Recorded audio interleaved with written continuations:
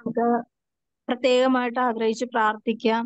നമ്മുടെ വിശ്വാസം എത്രത്തോളം ദൃഢപ്പെടുന്നു, നമ്മുടെ ചുറ്റുമുള്ള ഒരുപാട് സാഹചര്യങ്ങൾ നമ്മളെ പ്രതികൂലമായി ബാധിച്ചാലും ഇല്ലെങ്കിലും എൻ്റെ വിശ്വാസം എപ്പോഴും പ്രകാശമായും നിത്യമായും വിശ്വസ്തതയിൽ നിലനിർത്തുവാൻ ഒരു വലിയൊരു കാര്യസ്ഥത നമുക്ക് ഓരോരുത്തരെയും ദൈവം ഏൽപ്പിച്ചിട്ടുണ്ട്. അത് വിശ്വസ്തയോടെ മരണം വരെ ആയിരിക്കുവാനുള്ള കൃപ നൽകണമേ എന്ന് ആഗ്രഹിച്ച് പ്രാർത്ഥിക്കും. മറിയത്തിൽ സ്തോത്രഗീതം വായിക്കാം. മേരി ഫിലിപ്പ് വായിക്കും. വിശുദ്ധ ലൂക്കായുടെ സുവിശേഷം 1-ാം അധ്യായം 46 മുതൽ 55 വരെയുള്ള തിരുവചനങ്ങൾ. പരിശുദ്ധ അമ്മയുടെ സ്തോത്രഗീതം. മറിയം പറഞ്ഞു, എന്റെ ആത്മാവ് കർത്താവിനെ മഹത്വപ്പെടുത്തുന്നു, എന്റെ ചിത്തം എന്റെ രക്ഷകനായ ദൈവത്തിൽ ആനന്ദിക്കുന്നു. അവിടുന്ന് തന്റെ ദാസിയുടെ താഴ്മയെ കടാക്ഷിച്ചു. ഇപ്പോൾ മുതൽ സകല തലമുറകളും എന്നെ ഭാഗ്യവതി എന്ന് പ്രകീർത്തിക്കും. ശക്തനായവൻ എനിക്ക് വലിയ കാര്യങ്ങൾ ചെയ്തിരിക്കുന്നു. അവിടുത്തെ നാമം പരിശുദ്ധമാണ്. അവിടുത്തെ ഭക്തരുടെ മേൽ തലമുറകൾ തോറും അവിടുന്ന് കരുണ വർഷിക്കും. അവിടുന്ന് തന്റെ ഭുജം കൊണ്ട് ശക്തി പ്രകടിപ്പിച്ചു. ഹൃദയവിചാരത്തിൽ അഹങ്കരിക്കുന്നവരെ ചിതറിച്ചു. ശക്തന്മാരെ സിംഹാസനത്തിൽ നിന്ന് മറിച്ചിട്ടു. എളിയവരെ ഉയർത്തി. വിശക്കുന്നവരെ വിശിഷ്ട വിഭവങ്ങൾ കൊണ്ട് സംതൃപ്തരാക്കി. സമ്പന്നരെ വെറും കൈയോടെ പറഞ്ഞയച്ചു. തന്റെ കാരുണ്യം അനുസ്മരിച്ചുകൊണ്ട് അവിടുന്ന് തന്റെ ദാസനായ ഇസ്രായേലിനെ സഹായിച്ചു. നമ്മുടെ പിതാക്കന്മാരായ അബ്രാഹത്തോടും അവന്റെ സന്തതികളോടും എന്നേക്കുമായി ചെയ്ത വാഗ്ദാനം അനുസരിച്ച് തന്നെ. നമ്മുടെ കർത്താവായ ശംശിഹായ്ക്ക് സ്തുതി. ദൈവവചനമാണ് നാം കേട്ടത്. നമുക്ക് ദൈവത്തെ സ്തുതിക്കാം. കർത്താവായ ശംശിഹായ്ക്ക് സ്തുതി. അവന്റെ സന്തതികളോടും എന്നേക്കുമായി ചെയ്ത വാഗ്ദാനം അനുസരിച്ച് തന്നെ എന്ന് പറയുമ്പോൾ നമുക്ക് എന്നേക്കും എന്നുള്ള വാഗ്ദാനം, അതായത് അബ്രഹാം തന്റെ വിശ്വാസത്തെ അബ്രാഹത്തിന്റെ ജീവിതത്തില് വിശ്വാസം വഴി മാത്രം രക്ഷപ്പെട്ടതാണ്. അല്ല, വിശ്വാസം, അതായത് അബ്രഹാം ഏകനായിരിക്കെ ദൈവം അബ്രാഹത്തെ വിളിക്കുന്നു. ദൈവത്തെ വിശ്വസിച്ച് ഇറങ്ങിപ്പോരുന്ന ഒരു വ്യക്തിത്വമാണ്. പലപ്പോഴും നമ്മളുടെ ഓരോ വിശ്വാസ തലങ്ങളിലേക്ക് ഓരോ കാര്യങ്ങൾ പറയുമ്പോൾ പലപ്പോഴും ആ സ്വഭാവം മാറ്റാൻ, അല്ലെങ്കിൽ ആ രീതികൾ മാറ്റാൻ, പ്രവൃത്തികൾ മാറ്റാൻ, ആ ചിന്തകൾ മാറ്റാനൊന്നും നമുക്ക് സാധാരണ വ്യക്തികൾക്ക് സാധിക്കില്ല. സാധാരണ വ്യക്തികൾക്ക് സാധിക്കാത്തതിന്റെ കാര്യം നമുക്ക് നമ്മുടേതായ പല കുറവുകളുടെ നടുവിലാണ് നമ്മൾ ജീവിക്കുന്നതുകൊണ്ട് അത് നമുക്ക് സാധിക്കുന്നില്ല. പക്ഷെ അബ്രഹത്തിന്റെ ഒരു വിശ്വാസം എന്ന് പറഞ്ഞാല് അത് ദൈവം എന്താണോ പറയുന്നത് അത് മുഴുവനായിട്ടും സ്വീകരിക്കുവാനുള്ള ഒരു ഹൃദയ വിശുദ്ധി അബ്രഹത്തിന് ദൈവം നൽകിയിരുന്നു. അല്ലെങ്കിൽ ദൈവത്താൽ അനുഗ്രഹപ്പെട്ട ഒരു ചിന്തയോടുകൂടെ അബ്രഹാം തന്റെ ജീവിത മേഖലകളെ മുന്നോട്ട് കൊണ്ടുപോകുവാൻ പ്രത്യേകമായിട്ട് ആഗ്രഹിച്ചിരുന്നു. അത് അബ്രഹാം ഏത് ദൈവത്തെയാണ്, ഇപ്പം ഈ കുറെ വിഗ്രഹങ്ങൾ ഉണ്ടാക്കിക്കൊണ്ടിരുന്ന സമയത്താണ് ദൈവം അബ്രഹത്തെ വിളിക്കുന്നത്. അപ്പൊ ഇതിലെ ഏത് ദൈവമാണെന്ന് പോലും ദൈവത്തോട് അബ്രഹാം ചോദിക്കുന്നുണ്ട്. അപ്പോ അത് കഴിഞ്ഞിട്ടാണ് ഓരോ തലങ്ങളിലും വിശ്വാസ മേഖലകളില് അബ്രഹത്തിനൊരു വെളിച്ചം വരുന്നത്. അപ്പം നമ്മുടെ ഒറ്റയടിക്കൊന്നും ഒരു വിശ്വാസം വ്യക്തമാകുന്നില്ല. പക്ഷെ ഈ ഒരു ചെറിയൊരു വിശ്വാസം, ഞാൻ എപ്പോഴും പറയുന്ന ഒരു കാര്യം, നമ്മുടെ ജീവിതത്തിൽ ഒരു ചെറിയൊരു അത്ഭുതം നടന്നാലും വലിയ അത്ഭുതം നടന്നാലും അത് നമ്മുടെ ജീവിതത്തില് ഒരു ടേണിംഗ് പോയിന്റ് തന്നെ. കാരണം വിശ്വാസം വളരാനും ജീവിത മേഖലകള് ക്രമപ്പെടുത്തുവാനും ഈ ചെറിയ അനുഭവങ്ങൾ, അല്ലെങ്കിൽ ചെറിയ ഒരു ചിന്തകൾ, അല്ലെ ചെറിയ ഇതായി നമ്മുടെ മുമ്പിൽ കൊണ്ടുതരുന്ന, അല്ലെങ്കിൽ കൊണ്ടുവന്ന് നമ്മളെ നിലനിർത്തുന്ന കുറെ അനുഭവങ്ങളുണ്ട്. അല്ലെ, നമ്മള് ഒന്ന് തിരിഞ്ഞു നോക്കിയാൽ നമുക്ക് ഈ കുഞ്ഞു കുഞ്ഞു സങ്കടങ്ങള് വലിയ വലിയ അനുഗ്രഹങ്ങളിലേക്കാണ് നമ്മളെ കൊണ്ടുപോയത്. അപ്പൊ കുഞ്ഞു കുഞ്ഞു സങ്കടങ്ങൾ ഒരിക്കലും അത് മോശമല്ല, അല്ലെങ്കിൽ അതിന് വില കുറഞ്ഞതല്ല. അതിന്റെ വില അറിയണമെങ്കിൽ നമ്മുടെ വിശ്വാസ ജീവിതത്തില് ഒത്തിരി അനുഗ്രഹങ്ങൾ ദൈവം നമ്മുടെ ജീവിതത്തിൽ കൂടി കൊണ്ടുപോയിട്ടുണ്ട്. അപ്പൊ നമ്മളെ സംബന്ധിച്ച് ഈ എന്നേക്കുമായി ചെയ്ത വാഗ്ദാനം അനുസരിച്ചാണ് നമ്മളെ ദൈവം അബ്രഹത്തിന്റെ വിശ്വാസം വഴി നമ്മളത് ഏറ്റെടുക്കുമ്പോൾ നമ്മൾ അനുഗ്രഹിക്കപ്പെടുന്നത്. അബ്രഹത്തോടും അവന്റെ സന്തതികളോടെന്ന് പറയുമ്പോൾ നമ്മൾ ഓരോരുത്തരും ആ വിശ്വാസ ജീവിതത്തിലേക്ക് നമ്മൾ പ്രവേശിക്കുന്നുണ്ടെങ്കിൽ തീർച്ചയായും എന്നേക്കുമായി ദൈവം കൊടുത്തിരിക്കുന്ന വാഗ്ദാനം നമുക്ക് ഓരോരുത്തർക്കുമായി ദൈവം അത് നിലനിർത്തുവാനും അത് അനുഭവിക്കുവാനും അത് നമുക്ക് അനുഗ്രഹമായി മറ്റുള്ളവർക്ക് പകർന്നു കൊടുക്കുവാനും സാധിക്കും. നമുക്ക് ഇന്ന് ഈശോ നൽകുന്ന തിരുവചന ഭാഗം 1 യോഹന്നാൻ 1-ാം അധ്യായത്തിലെ 7-ാമത്തെ തിരുവചനം. യേശുക്രിസ്തുവിന്റെ രക്തം എല്ലാ പാപങ്ങളിൽ നിന്നും നമ്മെ ശുദ്ധീകരിക്കുന്നു. എല്ലാ പാപങ്ങളിൽ നിന്നും നമ്മെ ശുദ്ധീകരിക്കുന്നു. ഇന്നലെ എനിക്ക് ഒരു വചനഭാഗം കിട്ടി. അത് ഗലാത്യർക്കാർക്ക് എഴുതിയ ലേഖനത്തില് പ്രത്യേകമായിട്ട് എനിക്ക് ഒരു അത്ഭുതം തോന്നിയത്, ഈ പഴയ നിയമങ്ങളിൽ ഏറ്റവും കൂടുതൽ ദൈവം പറഞ്ഞിരിക്കുന്ന എന്ത് കാര്യങ്ങളാണെന്ന് അറിയാവോ? പഴയ നിയമങ്ങളെ കുറിച്ചാണ് പറഞ്ഞിരിക്കുന്നത്, അല്ലെ? നിയമങ്ങളല്ലേ? കേൾക്കാമോ? ഓരോ കാര്യങ്ങളും നിയമങ്ങളെ കുറിച്ചാണ് പറഞ്ഞിരിക്കുന്നത്. അപ്പോൾ ഈ നിയമങ്ങൾ അനുസരിക്കുമ്പോഴാണ് എന്ത് സംഭവിക്കുന്നത്? അനുഗ്രഹിക്കപ്പെടുന്നത്, അല്ലെ? നിയമങ്ങൾ അനുസരിക്കുമ്പോ നമ്മള് അനുഗ്രഹിക്കപ്പെടും. നിയമങ്ങൾ അനുസരിച്ചില്ലെങ്കിലോ അനുഗ്രഹിക്കപ്പെടുകയില്ല. അനുഗ്രഹം നമുക്ക് നഷ്ടപ്പെടും. അപ്പോ ഈ ഗലാത്യക്കാർക്ക് എഴുതിയ വചനഭാഗത്തില് പ്രത്യേകമായി എനിക്ക് ഒരു പ്രത്യേകമായി നമ്മുടെ ഉള്ളിലേക്ക് കടന്നു വന്ന നിയമമോ വിശ്വാസമോ എന്നാണ് ഈ വചനഭാഗത്തിന്റെ ഹെഡിങ്. ഗലാത്യക്കാർക്ക് എഴുതിയ ലേഖനത്തില് 3-ാം അധ്യായത്തില് 1-ാമത്തെ വചനഭാഗം ഇങ്ങനെ ഹെഡിങ് കൊടുത്തിരിക്കുന്നത്, നിയമമോ വിശ്വാസമോ. ഭോഷന്മാരായ ഗലാത്യക്കാരെ, യേശുക്രിസ്തു നിങ്ങളുടെ കൺമുമ്പിൽ ക്രൂശിതനായി ചിത്രീകരിക്കപ്പെട്ടിരിക്കെ നിങ്ങളെ ആരാണ് ആഭിചാരം ചെയ്തത്? മനസ്സിലായോ? ഈശോ നിങ്ങളെ സ്വന്തമാക്കിയ ആയിരിക്കുമ്പോൾ തന്നെ നിങ്ങളെ ആർക്കും ആഭിചാരം ചെയ്യുവാൻ സാധിക്കുകയില്ല. അത് നമ്മളെ ഓരോ ക്രിസ്ത്യാനിയോടും ചോദിക്കുന്ന ഒരു ചോദ്യവും കൂടിയാണ്. ഇത് മാത്രം നിങ്ങളിൽ നിന്ന് അറിയുവാൻ ഞാൻ ആഗ്രഹിക്കുന്നു. നിങ്ങൾ ആത്മാവിനെ സ്വീകരിച്ചത് നിയമത്തിന്റെ അനുഷ്ഠാനത്താലോ അതോ വിശ്വാസത്തിന്റെ അനുസരണം നിങ്ങളോട് പ്രഘോഷിക്കപ്പെട്ടത് വിശ്വസിച്ചത് കൊണ്ടോ? വിശ്വാസത്തിന്റെ അനുസരണം നിയമത്തിന്റെ അനുഷ്ഠാനത്തിലല്ല. അതായത് പഴയ നിയമത്തില് ഉള്ള പല നിയമങ്ങളും പുതിയ നിയമത്തിലേക്ക് വന്നപ്പോ അത് വളരെ വ്യത്യസ്തമായ വിചിത്രമായ ഒരു അവസ്ഥയിലേക്ക് വന്നു, അല്ലേ? ഇപ്പം ഒട്ടുമിക്ക നിയമങ്ങളും ക്രിസ്തുവിന്റെ സമയത്തിലേക്ക് വന്നപ്പോൾ, ക്രിസ്തു വന്നപ്പോഴേക്കെല്ലാം പുതുക്കിപ്പണത്, അല്ലെങ്കിൽ തന്നെ ഈശോ ജനിക്കാൻ സാധിക്കില്ല. കാരണം ഈശോ ജനിച്ചത് മറിയത്തിൽ കൂടിയാണ്. മറിയത്തെ ഒരു വ്യഭിചാര കുറ്റത്തിന് പോലെ ഏൽപ്പിച്ചു കൊടുക്കുവാൻ സാധ്യതയുണ്ടാതെ ആ നിയമം നിലനിൽക്കെയാണ് പരിശുദ്ധ ആത്മാവിനാൽ മറിയം ഗർഭിണിയാകുന്നത്. അപ്പോ ഒത്തിരി കാര്യങ്ങള്, അതായത് കല്ലെറിഞ്ഞ് കൊല്ലണം, അതായത് ചാകുന്നത് വരെ കല്ലെറിഞ്ഞ് ആ വ്യക്തിയെ കൊല്ലണം എന്നുള്ളതാണ് പഴയ നിയമത്തിലുള്ള നിയമം. അപ്പൊ ഈ പുതിയ നിയമത്തിലേക്ക് വന്നപ്പോ അതെല്ലാം ഒരുപാട് നിയമങ്ങള് മാറ്റി. ഇത് എന്ന് വെച്ചാൽ എന്താണെന്ന് വെച്ചാല് വിശ്വാസം വഴി, അതായത് യേശു ക്രിസ്തു നമ്മളുടെ പാപങ്ങൾക്ക് പരിഹാരം ചെയ്തു എന്ന് നമ്മൾ ഓരോരുത്തരും വിശ്വസിക്കുന്നത് വഴിയാണ് നമ്മള് രക്ഷപ്പെടുന്നത്, അല്ലെ? മനസ്സിലായോ? വിശ്വാസം വഴി മാത്രമാണ്. 3-ാമത്തെ വാക്ക് ഇങ്ങനെയാണ്, ആത്മാവിൽ ആരംഭിച്ചിട്ട് ഇപ്പോൾ ശരീരത്തിൽ അവസാനിപ്പിക്കുവാൻ മാത്രം ഭോഷന്മാരാണോ നിങ്ങൾ സഹിച്ചവ എത്രയും വ്യർത്ഥമായിരുന്നോ? തീർത്തും വ്യർത്ഥം. നിങ്ങൾക്ക് ആത്മാവിനെ നൽകുകയും നിങ്ങളുടെ ഇടയിൽ അത്ഭുതങ്ങൾ പ്രവർത്തിക്കുകയും ചെയ്യുന്നവൻ അങ്ങനെ ചെയ്യുന്നത് നിങ്ങളുടെ നിയമാനുഷ്ഠാനം നിമിത്തമോ അതോ നിങ്ങളോട് പ്രഘോഷിക്കപ്പെട്ടത് വിശ്വസിച്ചത് കൊണ്ടോ? അബ്രഹാം തന്നെ ദൈവത്തെ വിശ്വസിച്ചു, അത് അവന് നീതിയായി പരിഗണിക്കപ്പെട്ടു. അതായത് അബ്രഹാം ഒരു വിജാതീയ ജീവിതം ജീവിച്ചാണ്. പക്ഷെ ക്രിസ്തുവിലെ ദൈവത്തെ വിശ്വസിച്ചപ്പോഴേക്കും അതെന്തായി മാറി? അത് നീതിയായും അനുഗ്രഹമായും വലിയൊരു ബ്ലെസ്ഡ് ആയിട്ടുള്ള ഒരു ജനതയെ സൃഷ്ടിക്കുവാൻ ദൈവം ആ വ്യക്തിയെ അനുഗ്രഹിച്ചു. അതിനാൽ വിശ്വാസമുള്ളവരാണ് അബ്രഹത്തിന്റെ മക്കൾ എന്ന് നിങ്ങൾ മനസ്സിലാക്കണം. അതായത് വെറുതെ ഒരു വിശ്വാസമല്ല.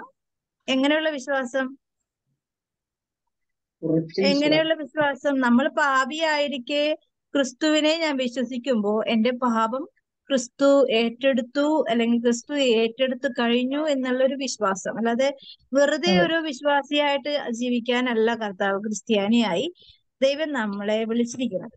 വെറുതെ വെറും നമ്മുടെ പള്ളിയിൽ ഒരു രജിസ്ട്രേഷൻ നടത്താൻ വേണ്ടിയുള്ള ഒരു മതമല്ല നമ്മുടെ ക്രിസ്തീയ ജീവിതം, അല്ലെ?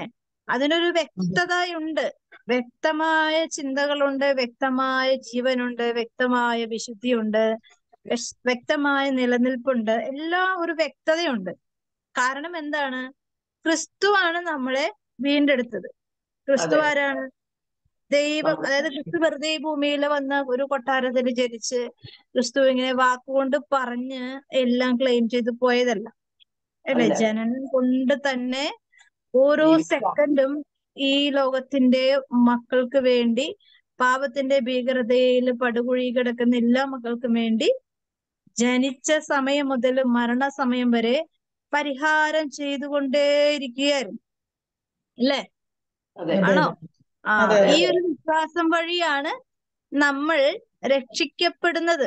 അല്ലാതെ വേറൊരു വിശ്വാസം ഇല്ല, വേറൊരു അതെ. വിശ്വാസമില്ല. അതായത് ഈശോ വരുന്നതിന് മുമ്പ് ആ കുഞ്ഞാടുകളെ, ഊനമറ്റ കുഞ്ഞാടുകളെ, അതായത് എല്ലാ തരം കൊണ്ടും പെർഫെക്റ്റ് ആയിട്ടുള്ളൊരു ആടുകളെയാണ് ബലിയായി അർപ്പിച്ചത്. അങ്ങനെയാണെങ്കിൽ ആ രക്തത്തിന് ഇത്രമാത്രം ഒരു വില കൊടുക്കുന്നുണ്ടെങ്കിൽ ദൈവത്തിന്റെ രക്തത്തിന് എത്രത്തോളം നമ്മള് വില കൊടുക്കണം, അല്ലേ?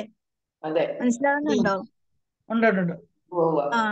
ഇത് നമ്മള് ഈ വെറുതെ ഒഴുക്കം മറ്റുള്ള വിശ്വസിച്ച് കഴിഞ്ഞാൽ, അല്ലെങ്കിൽ ചിന്തിച്ചു കഴിഞ്ഞാൽ നമുക്ക് ഒരു പിടിയും കിട്ടൂല. കാരണം ഈശോ മരണത്തിന് മുമ്പ് അവസാനത്തെ ബലിയർപ്പണം നടത്തുന്ന ആ സമയം, അതായത് ആടുകളെ, കുഞ്ഞാടുകളെ, ഊനമറ്റ ആടുകളെ ദേവാലയത്തിൽ കൊണ്ടുവന്ന് ലക്ഷക്കണക്കിന് ആടുകളെയാണ് അന്ന് കൊന്നിരുന്നത്.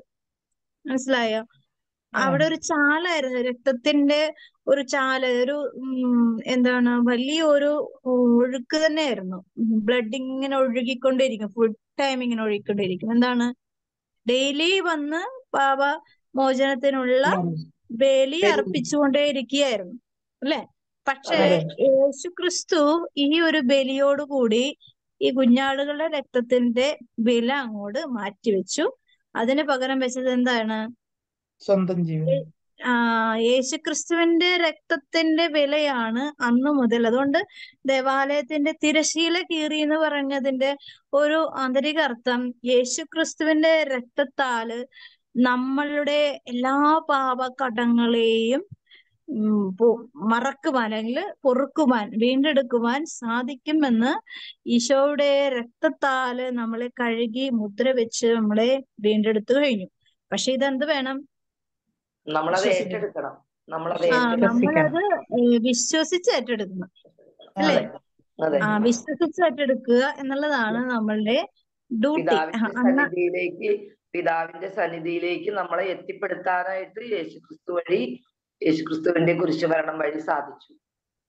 വിജാതിയരെ വിശ്വാസം വഴി, അതായത് 8-ാമത്തെ വചനം ഇങ്ങനെ കേൾക്കണേ, ശ്രദ്ധിച്ചു കേൾക്കണേ. എനിക്ക് ഭയങ്കര അത്ഭുതം തോന്നിയ ഒരു വചനഭാഗമാണ് 9-ാമത്തെ വചനഭാഗം. വിജാതിയരെ വിശ്വാസം വഴി ദൈവം നീതീകരിക്കുമെന്ന് മുൻകൂട്ടി കണ്ടുകൊണ്ട് വിശുദ്ധ ഗ്രന്ഥം നിന്നിൽ ജനതകളെല്ലാം അനുഗ്രഹീതരാകും എന്ന സദ്വാർത്ത നേരത്തെ തന്നെ അബ്രഹത്തെ അറിയിച്ചിട്ടുണ്ട്. മനസ്സിലായോ ഇത് വചനം? അതായത് നമ്മൾ പറയുമല്ലോ, ഈ ക്രിസ്ത്യാനികള് അല്ലാത്ത മനുഷ്യർ എങ്ങനെ എങ്ങനെ രക്ഷപ്പെടും? എങ്ങനെ രക്ഷപ്പെടും? എല്ലാ മുട്ടും മടങ്ങും എന്നൊരു വചനം പറഞ്ഞിട്ടുണ്ട് വിശുദ്ധ ഗ്രന്ഥത്തിൽ, അല്ലെ? എങ്ങനെ മടങ്ങുന്നതിന്റെ കാരണം എന്താ? ക്രിസ്തുവിലുള്ള വിശ്വാസം വഴി എല്ലാ മുട്ടുകളും മടങ്ങേ മതിയാവും. അങ്ങനെ മടങ്ങുന്ന മുട്ടുകളിന്റെ ഒരു അർത്ഥം എന്താണ്? ക്രിസ്തുവിനെ, ആ മടങ്ങുന്ന മുട്ടുകള് ലോകത്തോട് പറയുന്നത് ഞാൻ ക്രിസ്തുവിനെ വിശ്വസിക്കുന്നു എന്നുള്ള വലിയൊരു പ്രഘോഷണമാണ്, അല്ലേ?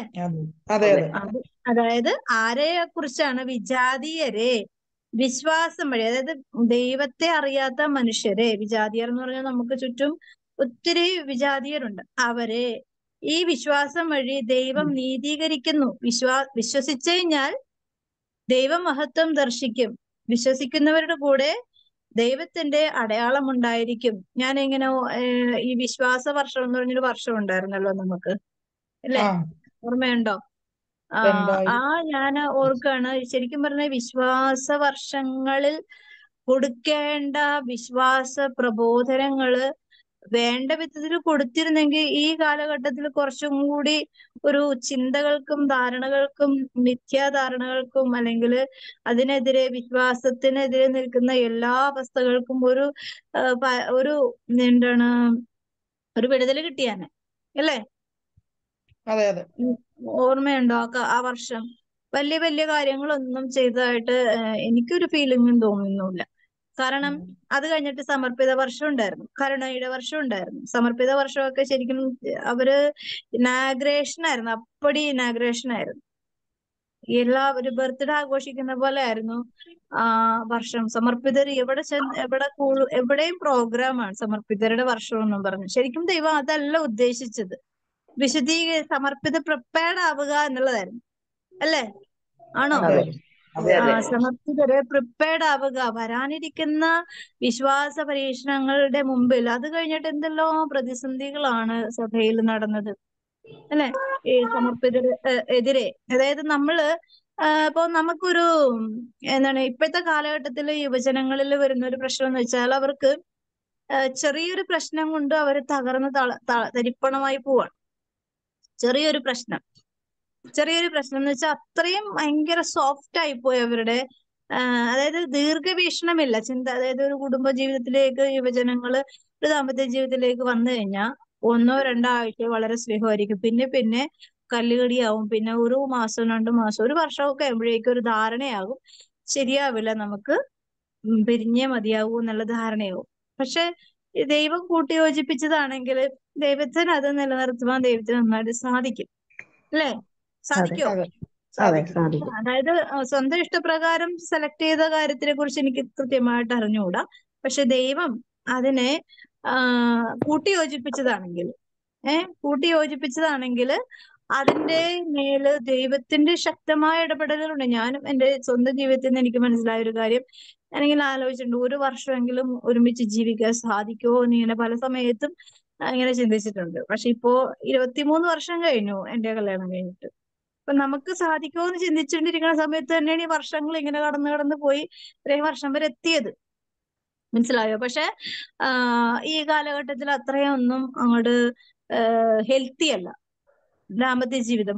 പലതും ഹെൽത്തി അല്ല, അല്ലെ? പൂർണ്ണമായി നമ്മളുടെ മക്കള് നമ്മളെ സേവ് ചെയ്താലും ചെയ്തില്ലെങ്കിലും നമ്മള് ഏത് വ്യൂവിൽ നോക്കിയാലും 4 വശത്ത് നിന്ന് നോക്കിയാലും പല കുറവുകളും ബലഹീനതകളും ഉണ്ട്. അപ്പം ഇവരെ ഒന്ന് സ്ട്രെങ്തൻ ചെയ്യാനായിട്ട് നമുക്കറിയില്ല. നമ്മുടെ വിശ്വാസ ജീവിതം നമുക്ക് പകർന്നു കൊടുക്കാൻ സാധിച്ചിട്ടില്ല, അല്ലെങ്കിൽ നമ്മുടെ ജീവിതം, നമ്മുടെ ദുരിതങ്ങളൊന്നും ഷെയർ ആയിട്ടില്ല. അതുകൊണ്ട് എന്താ, അവർക്ക് ചെറിയൊരു ദാരിദ്ര്യം വരുമ്പോ അവരപ്പം തന്നെ ഡൗൺ ആയി പോവാണ്. അവർക്ക് ഒരു അപമാനം സഹിക്കാനുള്ള ഒരു ഹെൽത്ത് ഇല്ല, അല്ലേ? സമൂഹത്തിന്റെ മുമ്പിൽ ഒരു അവഗണന സഹിക്കാനുള്ള ഒരു ഹെൽത്ത് ഇല്ല, ആരോഗ്യമില്ല. കാരണം ഉടനെ തന്നെ അക്രമാസക്തരാകുകയാണ്. മനസ്സിലാവുന്നുണ്ടോ പറയണത്? ഇങ്ങനെ ഇപ്പൊ ഞാൻ എന്റെ മൂത്ത മോനോട് പറയാറുണ്ട്, എല്ലായിടത്തും ചെല്ലുമ്പോ നിന്നെ കൈ നീട്ടി സ്വീകരിക്കാൻ ആരും ഒന്നും ഉണ്ടാകണമെന്നില്ല. അപ്പൊ അതുകൊണ്ട് ആയിരിക്കുന്ന സമയം ഒന്നാമത് ഇവര് രണ്ടുപേരും ഒരു സ്കൂളിൽ പോകാൻ തുടങ്ങി അന്ന് തുടങ്ങി കഴുകന്മാര് കൊത്തിപ്പറിക്കുന്ന പോലെ പല അനുഭവങ്ങളും ഉണ്ടായിട്ടുണ്ട്. അപ്പൊ ഞാൻ എന്താ അങ്ങോട്ട് ചെന്നില്ലെങ്കിൽ ഇങ്ങോട്ട് വന്ന് ഇടിക്കാനായിട്ട് ആളുണ്ടാവും, ഇങ്ങോട്ട് വന്ന് ആക്രമിക്കാൻ. അവസാനം ഇവരുടെ തലയിൽ ഒരുപാട് കുറ്റങ്ങൾ. അപ്പൊ ഞാൻ ഓർക്കാറുണ്ട്, ഇവരുടെ ഭാഗത്ത് ഇല്ല എന്ന് പറയാൻ പറ്റൂലെങ്കിലും വന്ന് ഇടിക്കുമ്പോ 5 പ്രാവശ്യം ഇടിക്കുമ്പോ 1 പ്രാവശ്യമെങ്കിലും തിരിച്ചു കൊടുക്കാനുള്ള ആരോഗ്യം ഉള്ളത് കൊണ്ട് തിരിച്ചു കൊടുക്കും. അവസാനം 5ാമത്തെ ഇടിയായിരിക്കും മെയിൻ ആയിട്ടുള്ള പ്രശ്നം ശരിക്കും സൃഷ്ടിക്കുന്നതും അല്ലെങ്കിൽ ഒരു പ്രശ്നമായിട്ട് അവിടെ ഉയർന്നു പോകുന്നത്. അപ്പൊ അതിനു മുമ്പുള്ള പ്രശ്നങ്ങളൊന്നും ആരും അറിഞ്ഞിട്ടുണ്ടാവില്ല, കണ്ടിട്ടുണ്ടാവില്ല, കേട്ടിട്ടുണ്ടാവില്ല. ഇതുപോലെ തന്നെയാണ് പല പ്രാവശ്യവും പല വിഷമങ്ങളും കടന്നു പോകുമ്പോൾ ഇങ്ങനെ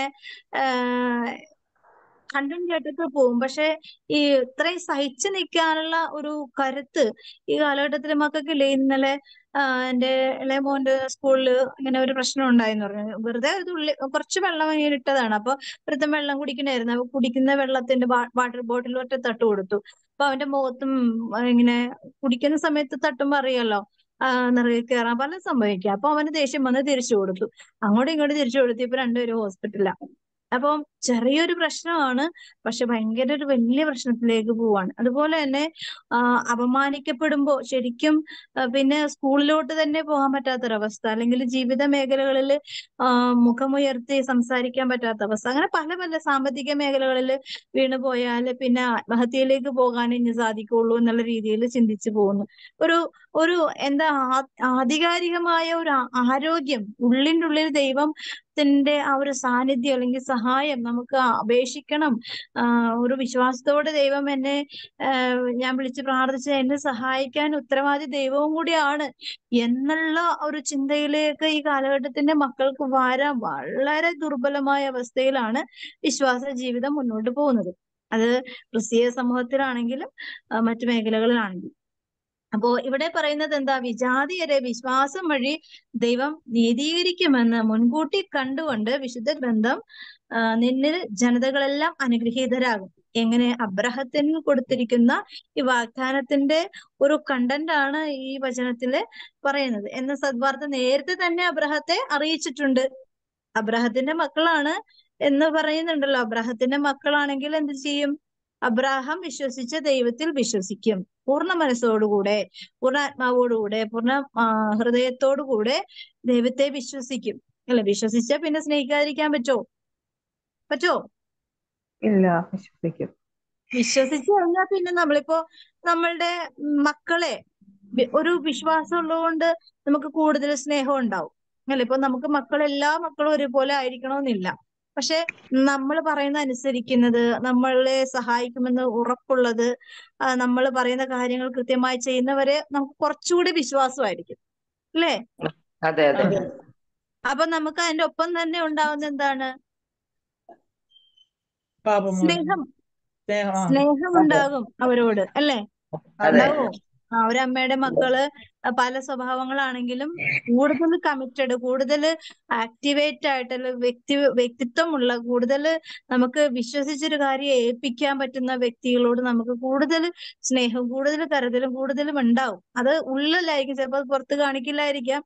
എങ്കിലും അവരിൽ ഉള്ള ആ ഒരു സഹായം നമുക്കൊരു അനുഗ്രഹമായി, എന്റെ ഈ ദുർബലതയ്ക്ക് എന്റെ ശക്തിയായി എന്റെ മക്കളെ തന്നിരിക്കുന്നു, അല്ലെങ്കിൽ എന്റെ കുറവുകളെ നികത്താൻ എന്റെ മക്കളെ തന്നെ, അങ്ങനെ ഒരു ദൈവം ഇങ്ങനെ താങ്ങുന്ന ഒരു ഉനുവടിയായിട്ട് പല ജീവിതങ്ങളെയും ദൈവം കൊടുക്കുന്നുണ്ട്. പിന്നെ 9-ാമത്തെ വചനഭാഗത്തില് ആകയാൽ വിശ്വാസമുള്ളവർ വിശ്വാസിയായ അബ്രഹത്തോടൊത്ത് അനുഗ്രഹം പ്രാപിക്കുന്നു. എത്ര മനോഹരമായ വചനം അല്ലെ? ആകയാൽ വിശ്വാസമുള്ളവർ വിശ്വാസിയായ അബ്രഹത്തോടൊത്ത് എന്ത് സംഭവിക്കുന്നു? അനുഗ്രഹം പ്രാപിക്കുന്നു. അപ്പോ അബ്രഹത്തിന്റെ വിശ്വാസ വെളിച്ചം നമ്മളിലേക്ക് വരാതെ, അതായത് നമ്മൾ സ്വീകരിക്കാതെ നമ്മൾക്ക് അനുഗ്രഹം പ്രാപിക്കാൻ പറ്റില്ല. കാരണം ഈ കൊടുത്തിരിക്കുന്ന ആളെ നമ്മൾ മാനിക്കണം. അല്ലെ? നമ്മൾ മരിക്കുമ്പോ അബ്രഹത്തിന്റെ മടിയിലാണ് പോയിരിക്കുന്നതെന്ന് പറയുന്നതിന്റെ കാര്യം എന്താ? ഒരു പിതാമഹനാണ് ദൈവം നിലനിർത്തിയിരിക്കുന്ന അബ്രഹാം. നമ്മുടെ മുത്തച്ഛനോ, നമ്മുടെ വിശ്വാസത്തിന്റെ പിതാവ്. നമ്മുടെ വിശ്വാസം, ക്രിസ്തുവിനെ പൂർണ്ണമായും വിശ്വസിച്ച്, അതായത് ഒരു വിജാതീയ ജീവിതം ജീവിച്ച് കടന്നു പോന്നിട്ട് ദൈവം പറഞ്ഞത് അതേപടി സ്വീകരിക്കുകയും അത് വിശ്വസിച്ച് ജീവിത മേഖലകളിൽ ക്രമപ്പെടുത്തുകയും എല്ലാം കൃത്യമായി ചെയ്യുകയും ചെയ്തൊരു വ്യക്തിത്വമാണ് അബ്രഹാം. അപ്പോ ആ അബ്രഹത്തിൽ കൂടി പഴയ നിയമത്തിലുള്ള വിശ്വാസമാണ് ഇങ്ങനെ കടന്നു വന്നത്. പക്ഷെ പുതിയ നിയമത്തിലേക്ക് വരുമ്പോഴും ഈ വിശ്വാസം തന്നെയാണ് പൂർത്തീകരിക്കുവാനായിട്ട് വചനം നമ്മളെ പഠിപ്പിക്കുന്നത്. അപ്പോ അത് എന്തുകൊണ്ടാണ് എന്നുള്ളത് പറഞ്ഞാല് എന്തുകൊണ്ടാന്ന്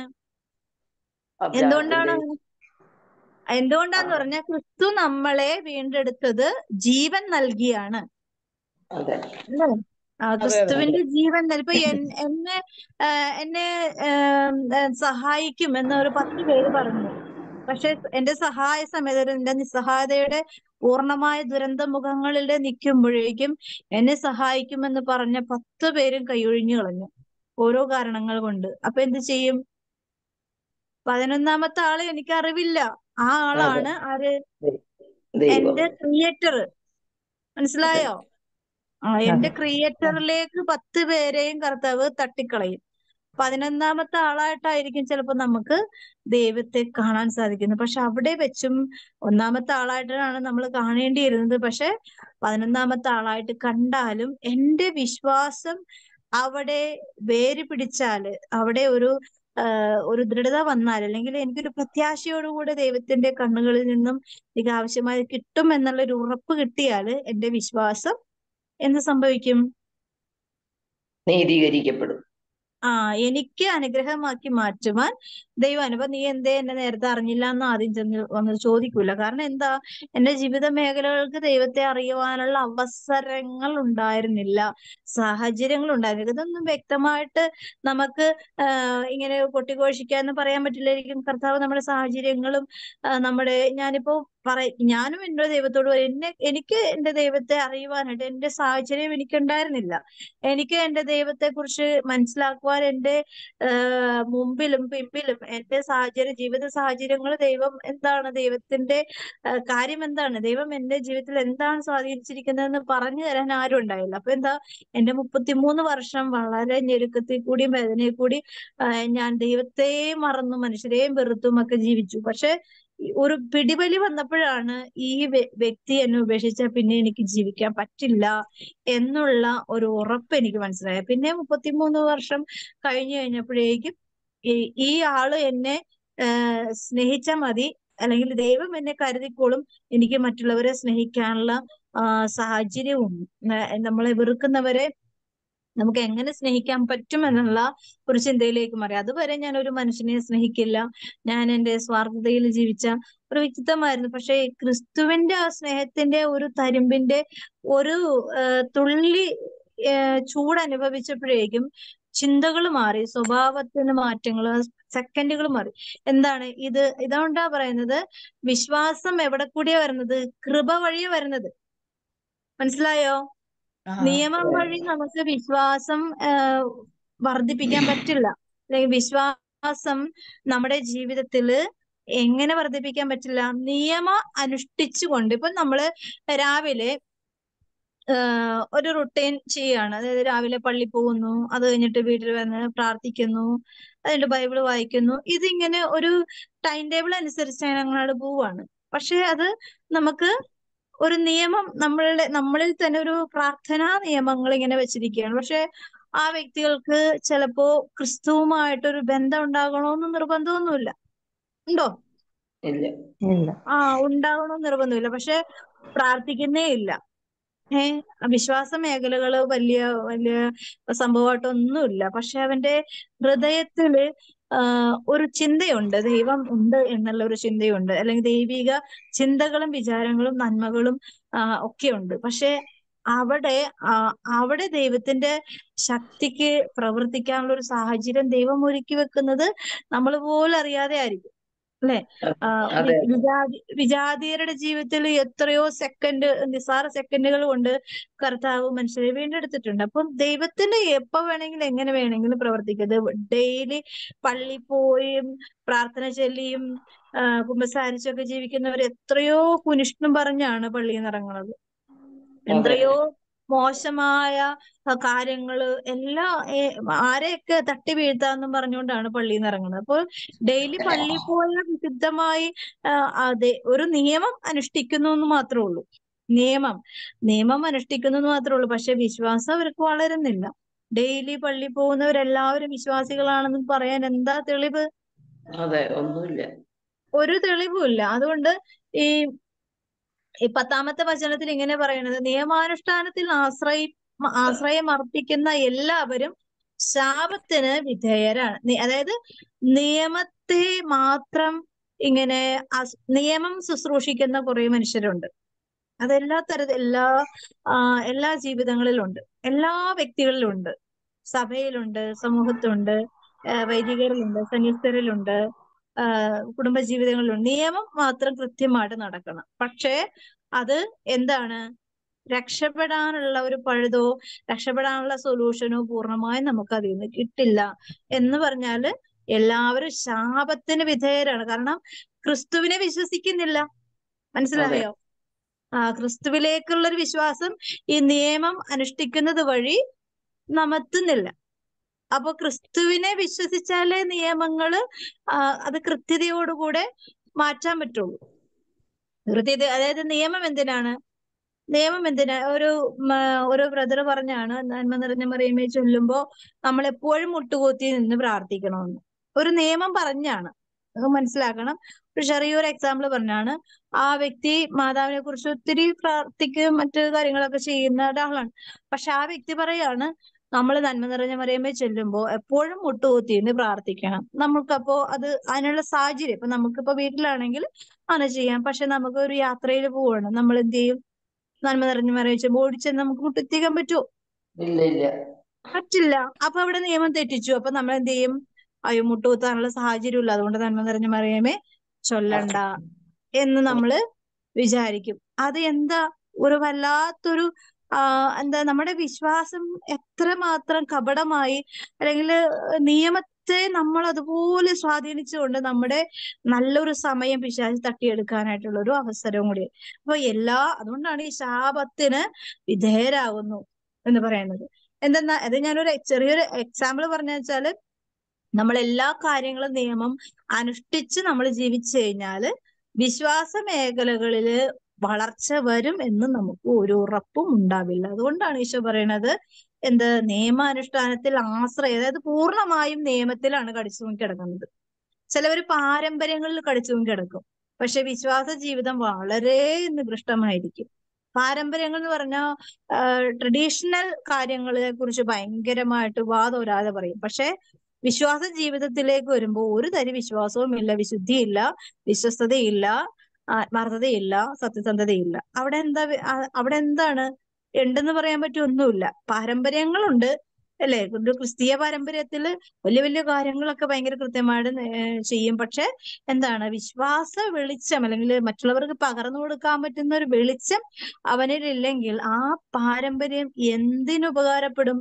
ശാപത്തിന് ഉപകാരപ്പെടും. എന്തെന്നാൽ പ്രകാരം എഴുതപ്പെട്ടിരിക്കുന്നു, നിയമഗ്രന്ഥത്തിൽ എഴുതപ്പെട്ടിരിക്കുന്നതെല്ലാം അനുസരിക്കാതെയും പ്രവർത്തിക്കാതെയും ഇരിക്കുന്നവൻ ശപിക്കപ്പെട്ടവനാണ്. അതായത് നിയമഗ്രന്ഥത്തിൽ എഴുതപ്പെട്ടിരിക്കുന്നതെല്ലാം, ദൈവം പറഞ്ഞിരിക്കുന്ന നിയമങ്ങൾ അനുസരിക്കാതെയും പ്രവർത്തിക്കാതെ ഇരിക്കുന്നവൻ ശപിക്കും. ഒരുവനും ദൈവസന്നിധിയിൽ നിയമം വഴി നീതീകരിക്കപ്പെടുന്നില്ല. അതായത് നമ്മൾ നിയമം, അത് ഒരു ഒരു കാര്യം നമ്മൾ കൃത്യമായിട്ട് ചെയ്ത് ശീലമായി ചെയ്യാണ്. പക്ഷെ അതിന്റെ എക്സാമ്പിൾ പറഞ്ഞാൽ, വളരെ സിമ്പിൾ ആയിട്ട് പറഞ്ഞു കഴിഞ്ഞാൽ, എല്ലാവർക്കും വചനം അറിയാം, അല്ലെ? വചനം ഇത് ക്രിസ്തീയ വ്യക്തിത്വം, ഒരു ആത്മീയ ജീവിതമൊക്കെ നയിക്കുന്നവർക്ക് വചനം അറിയാം, ബൈബിൾ കോട്ടിങ് എവിടെയാണെന്നറിയാം. പക്ഷേ ബൈബിളിലെ വചനം അനുസരിക്കാൻ തയ്യാറാകാത്തൊരു വ്യക്തി ബൈബിള് പഠിച്ചിട്ട് എന്താ കാര്യം? അല്ലേ? വല്ല ഉപകാരമുണ്ടോ? ബൈബിള് നമുക്ക് മുഴുവൻ അറിഞ്ഞാലും അറിഞ്ഞില്ലെങ്കിലും അറിഞ്ഞാൽ നല്ലത്, അത്രയും നമുക്ക് അതിനുള്ള വിവരം ഉണ്ടാവും. പക്ഷെ ഈ വിവരം എന്തിനാ? കർത്താവിനെ കുറിച്ചുള്ള വിവരമാണ് അറിയണത്, അല്ലെ? കർത്താവ് പറഞ്ഞ കാര്യങ്ങൾക്ക് നമുക്ക് വ്യക്തമായ ബോധ്യത്തോടുകൂടി അത് അനുസരിക്കുന്നില്ലെങ്കിൽ പിന്നെ നമ്മൾ വചനം പഠിക്കുന്ന എന്തിനാ? നമ്മളത് കൊണ്ടു നടക്കുന്ന എന്തിനാ? നമ്മളത് സ്വീകരിക്കുന്ന എന്തിനാ? അപ്പൊ ഇവിടെയൊക്കെ ഒരു എന്ത് കാര്യം ചെയ്യുന്നതും അതിൻ്റെതായ ഒരു വ്യക്തത വേണം, അല്ലെ? നമ്മൾ ജപമാല കൈക്കൊണ്ട് നടക്കുന്നുണ്ട്, എന്തിനാ? ഇതൊരു ബലമാണ്, ഒരു പ്രാർത്ഥന ആയുധമാണ് എന്ന് ഞാൻ വിശ്വസിക്കുന്നത് വഴിയാണ് ഞാനത് കൊണ്ടു നടക്കുന്നത്. അല്ലാതെ വെറുതെ കയ്യിൽ ഉപയോഗിക്കുകയോ കഴുത്തിൽ ഉപയോഗിക്കുകയോ ചെയ്യുന്നതല്ല. അങ്ങനെ ഉപയോഗിക്കുന്നവർക്ക് എന്ത് സംഭവിക്കാം, അല്ലെ? എന്താണ്, എന്റെ അമ്മായിയമ്മ എന്നോട് ഒരു ദിവസം പറയാണ്, അവരുടെ ഈ പഴയൊരു റിലേഷനില് കൊന്തയിട്ട് ജീവിക്കുന്നവര് ആത്മഹത്യ ചെയ്യില്ല എന്നാ പറയണത്. പക്ഷെ അമ്മച്ചിയുടെ ഏതോ ഒരു റിലേഷനില് ഒരാള് കൊന്തയിട്ടിട്ട് മരിച്ചു. അപ്പൊ അതുകൊണ്ട് എന്താ? അപ്പൊ അതിലുള്ളൊരു അങ്ങനെ പറയുമ്പോ ഒരു വിശ്വാസ മേഖലകളിൽ ഒരു തെറ്റായ ചിന്ത ഒരു വ്യക്തിയിലേക്ക് പകർന്നു കൊടുക്കുക. അപ്പൊ ഞാനിങ്ങനെ ആലോചിച്ചു, കൊന്തയിട്ട് കഴിഞ്ഞാല് പിശാച് പിടിക്കൂലെന്നല്ലേ പറയണത്. പൊതുവെ അങ്ങനെയല്ലേ പറയണത്, അല്ലേ? ജപമാല നമ്മുടെ വിശുദ്ധമായ ഒരു ആയുധമാണ്. പക്ഷെ ഈ വിശുദ്ധമായ ആയുധം വിശുദ്ധയോടുകൂടി ഉപയോഗിക്കാത്ത വ്യക്തിക്ക് ഉപയോഗിക്കണം. അതെ. ആത്മഹത്യ ചെയ്യുക എന്ന് പറയുന്നത് വലിയൊരു പ്രയാസമുള്ള കാര്യമല്ല. അത് ഏത് ഉപയോഗിച്ച അക്രമം നടത്തുന്ന ആൺപിള്ളേരുടെ കഴുത്തിലൊക്കെ കുരിശും കൊന്തയും ഉണ്ട്. ഉണ്ട്. അപ്പൊ എന്താ അതിലൊരു വിശുദ്ധി ഉണ്ടെന്ന് വിശ്വസിച്ചുകൊണ്ട് ഞാനത് കയ്യിൽ ഉപയോഗിക്കുകയും ധരിക്കുകയും ചെയ്യുമ്പോഴാണ് അതെനിക്ക് പ്രൊട്ടക്ഷനായി മാറണത്, അതെ അല്ലെ? അതെ. അല്ലാത്തത് നമുക്കൊരു ശാപമായി മാറുകയാണ്. എന്താണ്? കർത്താവിന്റെ നാമം വൃഥാ പ്രയോഗിച്ചു ഉപയോഗിക്കണം. എന്നുള്ള നിയമ ലംഘനം വഴി എന്റെ ആത്മാവിന് ഒരു ശാപമായി മാറുന്നു. ഇതിന്റെ ഒരു റൂട്ട് നമ്മൾ മനസ്സിലാക്കണം. അതുകൊണ്ട് ഈ വചനം പറയാം, ഒരുവനും ദൈവസന്നിധി നിയമം വഴി നീതീകരിക്കപ്പെടുന്നില്ല എന്ന് വ്യക്തമാണ്. എന്നാൽ നീതിമാൻ വിശ്വാസം വഴിയാണ് ജീവിക്കുക, അല്ലെ? അതിന്റെ ഞാൻ ഈ വചനം വായിച്ചപ്പോ പെട്ടെന്ന് എന്റെ തലയിലേക്ക് വന്നൊരു ചിന്ത എന്ന് പറഞ്ഞാല്, രണ്ട് കള്ളന്മാരുടെ നടുവിൽ ഈശോ ദാരുണമായ വേദനയോട് ആയിരിക്കുമ്പോ നല്ല കള്ളനും ചീത്തക്കള്ളനും ഒക്കെ ഈശോയെ വളരെ പരുഷമായി മോശമായ ഭാഷയിൽ നിരന്തരം ഇങ്ങനെ കുറ്റപ്പെടുത്തി ചീത്ത വാക്കുകൾ കൊണ്ട് പറയുന്നുണ്ട്. പക്ഷെ ഏതോ ഒരു സമയത്ത്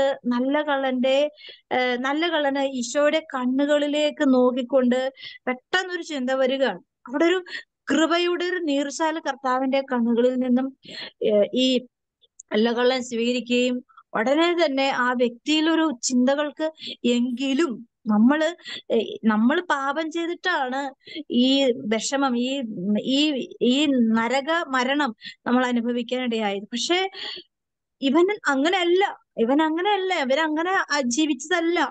എന്നിട്ടും ഇങ്ങനെ മരിക്കുന്നുണ്ടെങ്കിൽ നമ്മൾ അതിനോട് ഒരു നീതി കാണിക്കണമെന്ന് പറയുമ്പോ ആ വ്യക്തിയുടെ ഉള്ളില് ഈ മോശം കള്ളനെ നല്ല കള്ളൻ ഉപദേശിക്കുന്നുണ്ട്. ആ ഒരു കുഞ്ഞു സമയങ്ങളിൽ കൂടി നടക്കുന്ന സംഭവമാണെങ്കിലും അവിടെ ആ ചിന്തകളുടെ ചെറിയ ഒരു ലാഞ്ചന വന്നപ്പോ, അവന്റെ ഹൃദയത്തിൽ ചെറിയൊരു ലാഞ്ചന വന്നപ്പോ കർത്താവായ ക്രിസ്തുവിന്റെ ആ മരണത്തിന് തൊട്ടരിയത്ത് കിടന്ന് മരിക്കാൻ ഈ മാരകമായ പാപികൾക്ക്, കഠിന ഹൃദയങ്ങളായ മാരകമായ ജീവിതം പാപാവസ്ഥയിൽ ജീവിച്ച് മരണപ്പെടാനായിട്ട് എത്ര വലിയ ഭാഗ്യമാണല്ലേ? പരിശുദ്ധനായ ദൈവത്തിനോടൊപ്പം കഠിന ഹൃദയരായ ദുഷ്ടജീവിതങ്ങളിലേക്ക് മരിക്കാനുള്ള ഒരു അവസരം കിട്ടി, അല്ലേ? നമ്മളത് മനസ്സിലാക്കുമ്പോൾ അത് നമുക്ക് മനസ്സിലാക്കാൻ പറ്റാത്തൊരവസ്ഥ ആയതുകൊണ്ടാണ് നമുക്ക് ഒട്ടും അത് ക്ലിയർ ആയിട്ട് വരാത്തത്. കാരണം നമ്മളുടെ ജീവിതത്തില് നമ്മളുടെ ജീവിത യാത്രകളിൽ ഒരിക്കലും നമുക്ക് അങ്ങനെ, അതായത് ഇപ്പൊ നമുക്കൊരു മാർപ്പാപ്പയുടെ മരണം, ആ സമയത്ത് മോശമായ ഒരാളെ ആ സാഹചര്യങ്ങളിലോ അല്ലെങ്കിൽ അവരുടെ അടക്കം ചെയ്യുന്ന സ്ഥലങ്ങളിൽ ഒന്നും അടക്കുകയും കൂടി ചെയ്യില്ല, അല്ലേ? ചെയ്യോ? ഇല്ല. ഇല്ല. അതൊരു വിശുദ്ധ ഇടമാണ്. പക്ഷെ ഈ പരിശുദ്ധനായ ദൈവം ഭീകരമായ മരണത്തിന്റെ സമയത്ത് പോലും കഠിന ഹൃദയരും ദുഷ്ടജീവിതങ്ങളുമായ മനുഷ്യരുടെ നടുവിൽ മരിക്കാൻ ദൈവം മനസ്സനുവദിച്ചതുപോലെ ആ മരണം പോലും വിശദീകരിച്ചു. മരണത്തിന്റെ സമയം പോലും പാപത്തിന്റെ പരിഹാരമായി ദൈവം മുൻകൂട്ടി അനുഭവിക്കുവാനായിട്ട് ദൈവം അവിടെ ഒരു പരിഹാരങ്ങൾ ചെയ്തു. അപ്പൊ ഇതെല്ലാം നമ്മൾ വിശ്വസിക്കാതെ ഒരു രക്ഷയില്ല, അല്ലെ? അങ്ങനെയാണ് ക്രിസ്തുവിലുള്ള വിശ്വാസം വഴി കൃപയാൽ നമ്മൾ രക്ഷപ്പെട്ടത് എന്ന് പറയുന്നതിന്റെ കാര്യം. അതുവഴിയാണ് ഈശോ പറയുന്ന വചന ഭാഗം എന്ന് പറയുന്നത്, യേശു ക്രിസ്തുവിന്റെ രക്തം എല്ലാ പാപങ്ങളിൽ നിന്നും നമ്മെ ശുദ്ധീകരിക്കുന്നു. ഈ രക്തം വരുന്ന വഴി വെറുതെ ഇരുന്നപ്പോ ഇങ്ങനെ ദേഹത്തുനിന്ന് ഇങ്ങനെ പൊട്ടി വീണതല്ല, ഇങ്ങനെ ഒഴുകി വന്നതല്ല. ദാരുണമായ സങ്കടങ്ങളും ദാരുണമായ വേദനകളുടെ നടുവില് നിസ്സഹായതയോടുകൂടെ മനുഷ്യരുടെ പാപങ്ങളെ മുഴുവനും ഏറ്റെടുത്ത് നമുക്ക് വേണ്ടി അവസാനം ദൈവത്തോട് ക്ഷമയും ചോദിച്ച് കടന്നുപോയ ഒരു ക്രിസ്തുവിനെയാണ് നമ്മൾ ഏറ്റെടുത്ത് വിശ്വസിക്കുന്നതെങ്കിൽ തീർച്ചയായും ക്രിസ്തുവിനെ നമ്മൾ ഒരിക്കലും വിട്ടുകളയാൻ പറ്റില്ല. ക്രിസ്തുവിനെ നമ്മളെ ഉപേക്ഷിച്ച് കളയാൻ പറ്റില്ല. ഈ ഒരു വിശ്വാസമാണ് നമ്മുടെ ഈ ലോകത്ത് എല്ലാവരും ഏറ്റെടുക്കുക. വചനം പറയുന്നത് എല്ലാ മുട്ടും മടങ്ങുന്നു, വെറുതെ മടങ്ങുന്നല്ല, വ്യക്തമായ ധാരണ, വ്യക്തമായ സത്യം മനസ്സിലാക്കിയതിനു ശേഷമാണ് മുട്ടുകൾ മടങ്ങുന്നത്. അതിന് എല്ലാവരെയും സഹായിക്കട്ടെ എന്ന് പരിശുദ്ധ അമ്മയുടെ ശക്തമായ മധ്യസ്ഥത്താൽ നമുക്ക് യാചിച്ച് പ്രാർത്ഥിക്കാം. ഈശോയുടെ തിരുഹൃദയ